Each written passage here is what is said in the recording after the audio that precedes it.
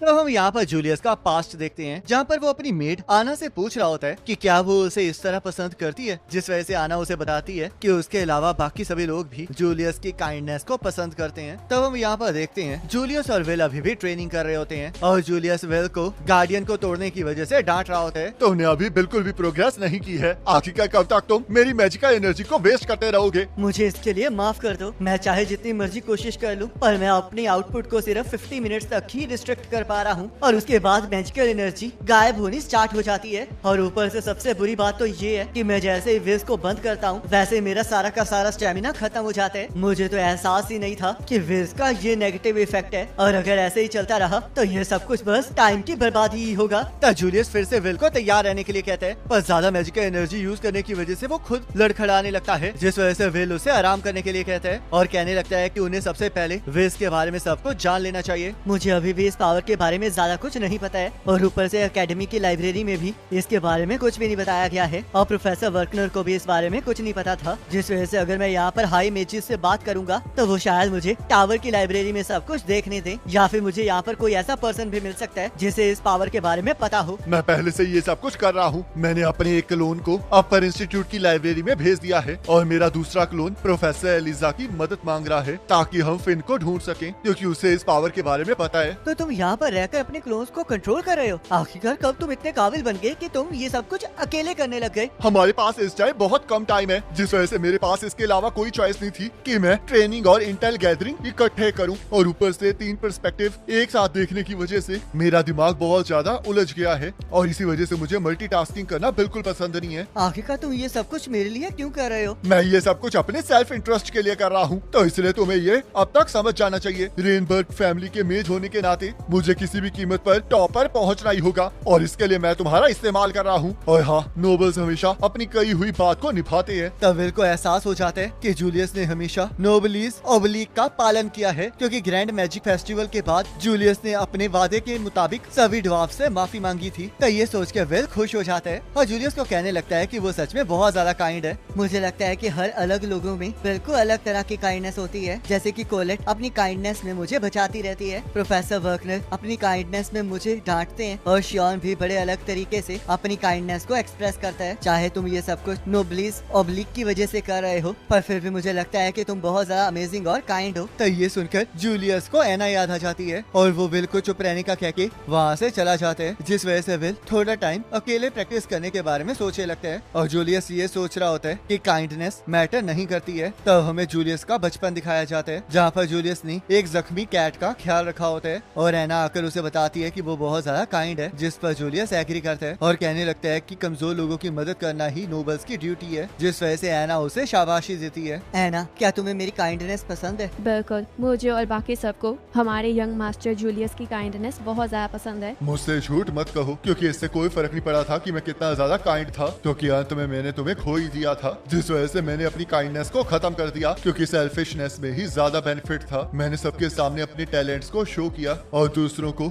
अपने एडवांटेज के लिए यूज किया। मैंने हमेशा कमजोरों का मजाक उड़ाया और खुद की ताकत की तारीफ की, पर फिर भी विल ये कह रहा है कि मैं काइंड हार्टेड हूँ। मुझे एना की तरह देखना बंद करो और मेरी काइंडनेस के बारे में बात करना बंद करो, क्योंकि मेरे अंदर कोई काइंडनेस नहीं है, क्योंकि जिस जूलियस रेनबर्ग के अंदर काइंडनेस थी उसे मैंने बहुत पहले ही मार दिया था। तब यहाँ हालोन अपनी लैब से जूलियस के ऊपर नजर रख रहा होता है और अपने साथी चार्ल्स को कुछ कलरलेस मेजिस को वहाँ पर बुलाने के लिए कहता है। तब यहाँ जूलियस को कहीं जाने का रास्ता नहीं मिल रहा होता, पर तभी कुछ हाई मेजिस उसके ऊपर हमला कर देते हैं और उसे बताते हैं कि उन्हें हायर अप से ये ऑर्डर मिला है कि ग्राउंड में ट्रेनिंग करने की वजह से जूलियस को सजा दी जाएगी और उनकी ट्रेनिंग को रोक दिया जाएगा। तो जूलियस उनसे पूछने लगता है कि क्या वो लोग इस वजह से उनके रास्ते में आ रहे हैं ताकि वो लोग नेक्स्ट ब्लूम में आगे ना बढ़ पाए, और उनसे ये भी कहने लगता है कि क्या टावर के मेजिस को ऐसा होना चाहिए। तब वो सभी लोग जूलियस पर हमला करते हुए उसे बताते हैं कि उसे नहीं पता कि कलरलेस होने पर कितनी ह्यूमिलेशन होती है, और अब वो ऐसे रहकर परेशान हो गए हैं, जिस वजह से हार्लोन ने उन्हें वादा किया है कि अगर वो जूलियस को वहाँ पर हरा देंगे तो वो बाकी फैक्शंस में उनके लिए रिकमेंडेशन लेटर भेज देगा। तो ये सब कुछ टावर की क्रूअल दुश्मनी की वजह से हो रहा है, और इस ग्रेवयार्ड से निकलने के लिए इन वैंड्स ने अपने प्राइड को भी अबंडन कर दिया है। पर चाहे ये लोग करप्टेड हो चुके हैं, पर फिर भी ये हाई मेजिस हैं, और गार्डियंस और क्लोन्स को यूज करने की वजह से मेरे अंदर ज्यादा मैजिक नहीं बचा है,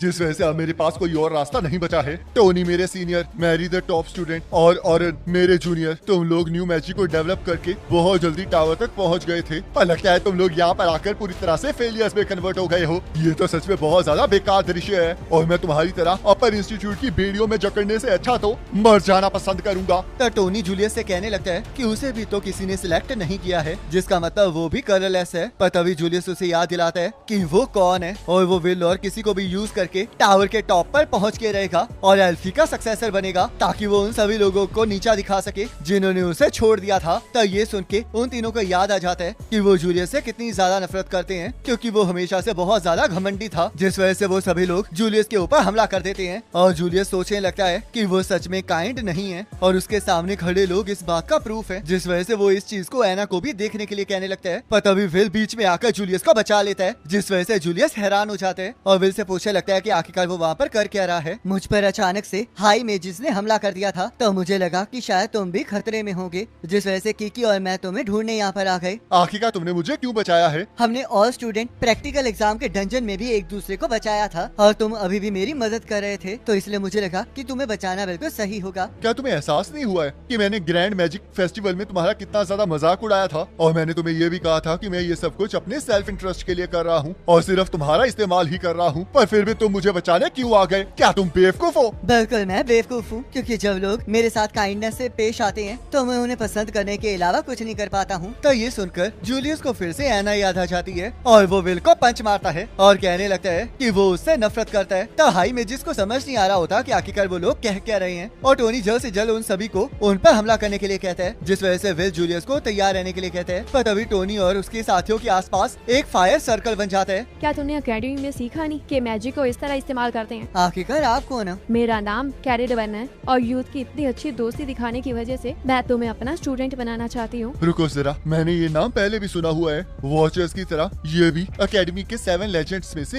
एक है। मैंने सुना है कि रात में ये स्टूडेंट्स को किडनैप करके उनके ऊपर एक्सपेरिमेंट्स करती है, जिस वजह से इसे the which of the hammer भी कहा जाता है। मैं इतनी ज्यादा स्केरी चीजें नहीं करती हूँ, बल्कि जिस स्टूडेंट के अंदर मुझे इंटरेस्ट आ जाता है मैं उसे ट्रेन करके गाइड करती हूँ। और अब मेरा इंटरेस्ट तुम दोनों में आ गया है और शायद तुम्हें नहीं पता है, पर मैं काफी टाइम से तुम दोनों को देख रही हूँ। ये काफी टाइम से हमें देख रही है और मैं तो इस विच को पहले कभी भी नहीं मिला हूँ। तब सैरिड वन वाटर मैजिक से विल और जूलियस को पकड़ लेती है और उन्हें वहाँ से ले जाती है ताकि अपर इंस्टीट्यूट उन्हें ढूंढ ना सके। तब यहाँ आयरिस एल्फी से पूछ रही होती है कि आखिरकार उसने जूलियस को सिलेक्ट क्यों नहीं किया है, क्योंकि जूलियस तो बहुत ज्यादा टैलेंटेड है। जिस वजह से एल्फी उसे बताती है कि उसने उसके बारे में बहुत बुरी बुरी बातें कही थी और ऊपर से उसने विल को भी बुली किया था और उसके डार्क पास्ट को अकेडमी के सामने रख दिया था। तो सारिसा कहने लगती है कि वो सब कुछ तो विल ने किया था, पर एल्फी को इससे कोई फर्क नहीं पड़ रहा होता और वो आयरिस से पूछने लगती है कि आखिरकार विल को लेकर एरॉन के क्या ख्यालात हैं। तब आयरिस उसे बताती है कि उन्हें भी अच्छा नहीं लग रहा है कि एक स्वॉर्ड वैंड्स को ज्वाइन करना चाहती है, पर अगर स्वॉर्ड अपना रास्ता खुद चुनेगी तो वो उसके रास्ते में नहीं आएंगे। विल की न्यू पावर वेव्स की वजह से ये टावर स्प्लिट हो गया है, जो कि उन्हें नहीं पता कि आगे उन्हें क्या करना चाहिए। पर आखिरकार ये वेव्स है क्या, और उसे तो मैं खुद समझ नहीं पा रही हूँ। ये एक ऐसी पावर है जो कि पूरी की पूरी दुनिया को बदल सकती है, जो कि सच में बहुत ज्यादा एबनॉर्मल है, जिस वजह से मुझे भी समझ नहीं आ रहा है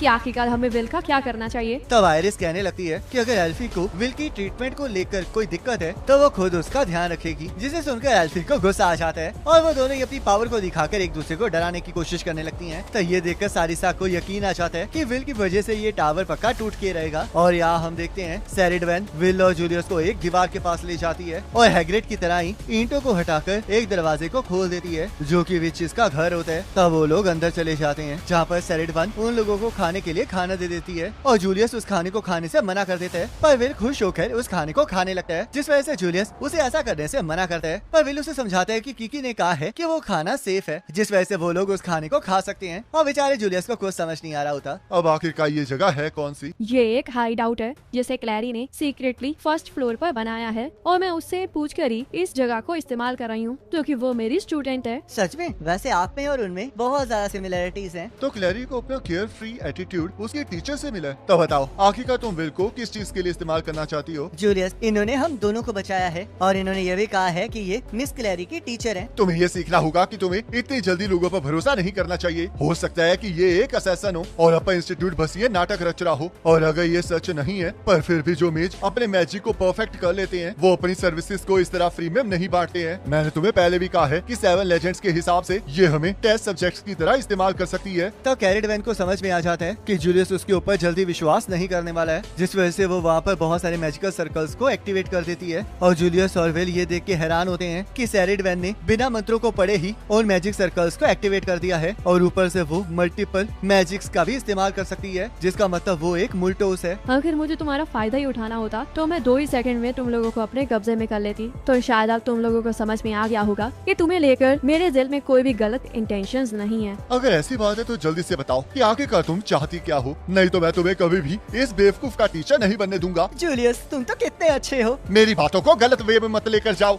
मैं तो ये कह रहा हूँ कि यहाँ पर सिर्फ तुम्हारा इस्तेमाल मैं ही कर सकता हूँ, जिस वजह से मैं किसी को भी तुम्हें चुराने नहीं दूंगा। तो इसलिए समझ जाओ कि मैं काइंड बिल्कुल भी नहीं हूँ। अब मुझे सब कुछ समझ में आ गया है, तो मैं तुम्हें बता दूं कि मुझे भी विज के बारे में थोड़ा बहुत पता है, जिसका मतलब मैं तुम्हारी मदद कर सकती हूँ और इसी वजह से मैं तुम्हारे सामने आई थी। और दूसरा रीजन ये है कि ये सब कुछ अपर इंस्टीट्यूट की गलती है, क्योंकि वो लोग विल के अंदर की पावर का इस्तेमाल करना चाहते हैं। तो विल को समझ में आ जाता है कि इस सब के पीछे हार्लोन का हाथ है। तो यहाँ चार्ल्स हार्लोन को बताता है कि विल और जूलियस गायब हो गए हैं, जिस वजह से हार्लोन जल्द से जल्द उन्हें ढूंढने का ऑर्डर देता है। और चार्ल्स हार्लोन से पूछने लगता है कि आखिरकार क्यों वो एल्फी के खिलाफ जाके विल को वहीं पर रोकना चाहता है। आखिरकार क्यों मैं इतने अच्छे मटेरियल को और बेटर करने वाले फैक्शंस को दूंगा। विल्स को तो इन मेज स्लेयर्स की तरह एफिशिएंटली और इफेक्टिवली इस्तेमाल होना चाहिए। मुझे नहीं पता कि इस मेज स्लेयर को किस ऑर्गेनाइजेशन ने बनाया है, पर यह सच में बहुत कमाल की चीज है, क्योंकि लो इंटेलिजेंस वाला मॉन्स्टर भी इन्हें उठा सकता है और इन मेज स्लेयर्स को मास प्रोड्यूस भी किया जा सकता है, जिसका मतलब ये वेपन मामूली से मेजेस को भी वैल्यूएबल सोल्जर्स में कन्वर्ट कर सकता है। और हमारा फोकस इसी पर होना चाहिए। पावर हमेशा नंबर से आती है